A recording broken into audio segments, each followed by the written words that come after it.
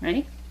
Mm-hmm. Hi Patrick, it's Cindy Moorcroft. I'm submitting week 4 reflection for module 2.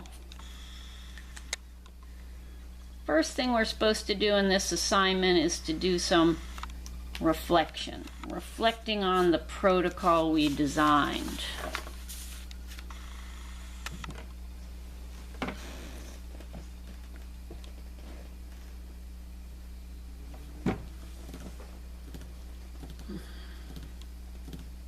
So after some reflection, I decided to tell you about the protocol that I designed. A lot of this, I think, will be some repeat with what I presented in the learning walk itself.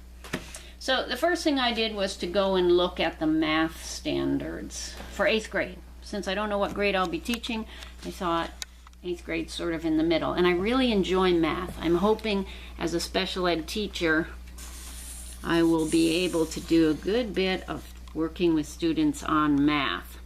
So the particular standard I picked was to interpret the equation y equals mx plus b as defining a linear function whose graph is a straight line.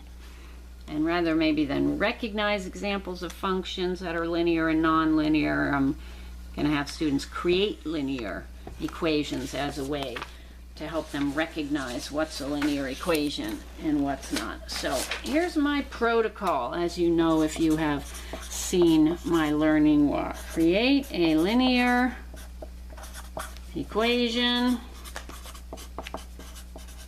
reflecting a fundraising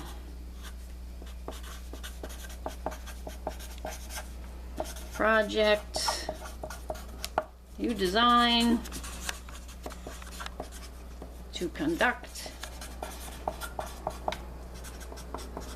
with a business or organization on Delaware Avenue. That's where I did my community walk. So, when I think about creating linear equations, and as I mentioned in my learning walk, I would do this activity that I created after students have worked with some linear equations and plotted them and understood, when given some ordered pairs, how to plot them, and recognize that they always make a straight line.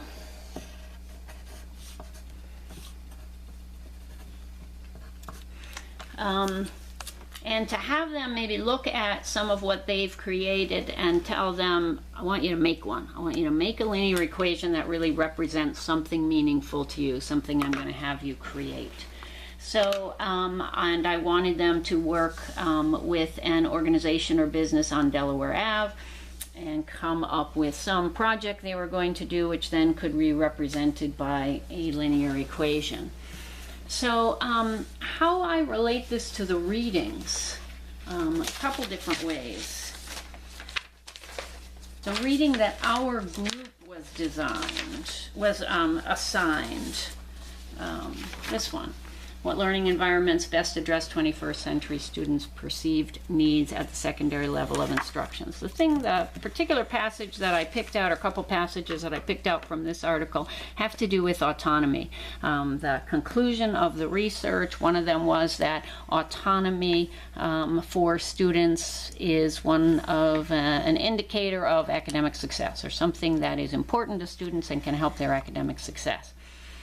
In particular, analysis of the data from the study said student satisfaction, teacher-student relationship revealed that students perceived an autonomous state of class as enjoyable. And a little bit further on, repeatedly it was stated that being allowed to have a choice, whether the choice was where to sit, with whom to work, was important to students of all achievement levels. And finally, students become more engaged when they feel they are in charge of making a difference in their education. So I feel like autonomy in a classroom has always been something that I felt was really important in an educational setting. I think part of what school should be designed to do is to help students gain autonomy, to help them with decision making, to help them really know who they are, to become competent self-knowers with a voice they feel that they know how to use.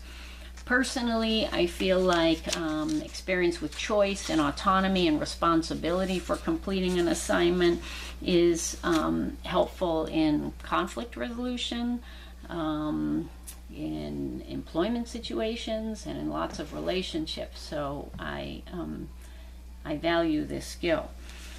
And I think it would be a good thing to work on with students. One other piece that I took from this particular article was also in their conclusion that the relationship between teacher and student is very important to students. One of the most significant factors in their learning is the connection they have with their teacher. So I wanted to devise an activity that I thought said to the students, I mean, you can do this. This is a perhaps difficult assignment. Apply this math concept that you might have thought of as not really relevant in the day-to-day realm to something in your life, in your neighborhood, and I believe you can do it and have fun with it and work together on doing it. So I'm hoping that through this activity students would feel that I trust them, I respect their knowledge, I believe in them. One of the other articles that we read was about grouping, and this activity has students in groups. I appreciated hearing some of the benefits of homogeneous grouping versus heterogeneous grouping. I think I have usually, or I would usually think about dividing students into varied groups, so it was good to hear some of the benefits of keeping groups with kids who are alike in some ways, that homogeneous grouping is beneficial. And particularly the piece in one article that said students really stepped up when they were a group of sort of comparable learners and there wasn't one person they could just look to who was a more advanced learner. The last connection I want to make with readings comes from the Including Students with Special Needs article we read, and just a couple things I'll point out. They talked about materials in this article, and I didn't really have any materials, but in this exercise it didn't seem to call for them, but I think models and manipulations and things where students can really use their hands and build things are key things to have in lessons and helps kinesthetic learners. The main point that I appreciated from this article was about scaffolding. And I think that scaffolding is essential. And as I tried to build in scaffolding in this activity, I realized how difficult that would be to do without really knowing my learners. In fact, not knowing who my students are going to be made this very hard to design. That was maybe the biggest takeaway from this activity. I don't know what they struggled about in terms of linear equations. Do they know what x is? Do they know what y means? Do they know what a slope is? Do they know what a y-intercept is? So different scaffolding would have to be applied in different areas, and without really knowing the students, I might not know that. So it struck me that I would have to be, readily available, check in on them a lot. Ask if they need help and kind of help push them along if need be. But this activity has lots of places where scaffolding can be built in. I also wondered how they would feel about contacting business owners or organizations on Delaware Avenue. That might be a stretch for some of them, or maybe they would email instead of calling or visiting, so they might need some help with that. The last thing I guess I'll mention, there were other pieces in here. Time, I think, is key. Maybe one more thing I'll say from this article, evaluation of student performance. I would make a rubric for this if I knew the students more, or if I had more time for the assignment. What exactly are they being evaluated on? a piece in this article talked about fairness as related, or it was in the group article, making sure grading is done fairly. So I think having a rubric for evaluating their grade or their performance on this activity would be important. Last thing I'll say in terms of takeaway, autonomy and having a voice was big. Realizing I really need to know my students. Knowing my students would make it much easier to plan an activity. Being present and helping, guiding, and encouraging them along, and revising the activity as we went is important. And again, writing a rubric. So I'm left with a few questions about this particular activity. You know, did I give them enough examples of linear equations with the taxi cab and the car wash examples? And how can I support students in reaching out into the communities? I guess it's sort of about scaffolding. How can I best scaffold different people in different group levels to help them be successful? My goal was for them to have fun with this and to be successful in their creation of a linear equation. Thanks, Patrick.